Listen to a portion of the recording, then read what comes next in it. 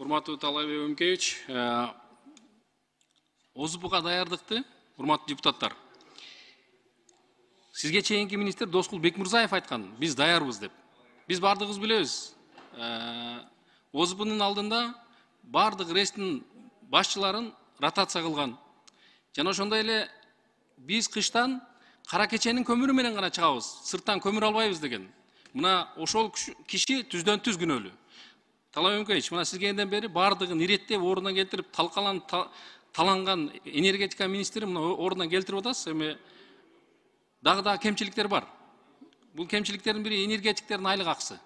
Алардын техникалары бүгүнкү күндөгү.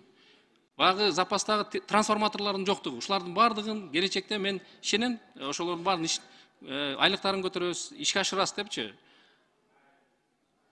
Андан кийинки суроом Газпром сизге.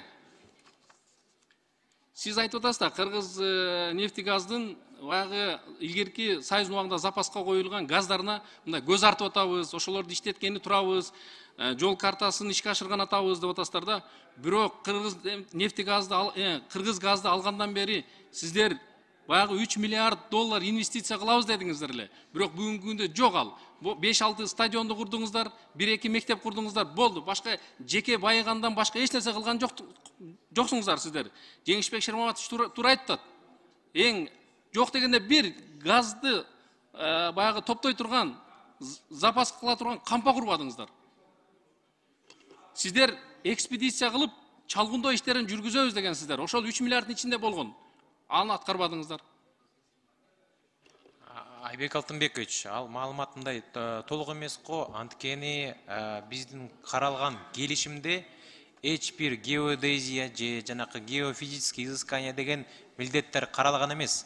Ал жерде бул газотранспорттук жана газ бөлүштүрүүчү системага инвестициялар 20 миллиардтан анда сиз бүгүнкү күндөгү ушу акыбалга түздөн түз сиздердин күнөөңүздөр чоң. Эмне үчүн дегенде газды сиздер жетиштүү кылып алып келип беришиңиздер керек эле. Сизде жогоруда министр айтып атат. Газдын кубаттуулугу жок болгон үчүн элдер бардык энергетика электр отурган үчүн күч келип атат, өчүрүлүп атат деп атат. Айбек Алтынбекович, мен жана айтып кеттим эле, ТЭЦке каралган контракт боюнча, эми контракт деген договорда, ошол договордун негизинде каралган объемдорду толук берип атабыз. Анда жооп бериңизчи анда. Эми жок, бир кампа курбадыңыздар. Газ сактоочу. Ал жерде газовый хранилище деген бар, Северный Сок деген. Бирок аны жок, Северный Сокто айтпаңыз. Ушу айтыңызчы, Бишкек чүйгө газовый хранилище куруш үчүн атайын карстовый пещералар болуш керек. Кыргыз нефтегаздын газына көз артпай эле коюңуздар. Биз аны өзүбүз эле иштете алабыз. Кыргызстан өзү эле иштете алат. Сиздер бар газды алып келип, жетиштүү кылып жеткизип бериңиздер.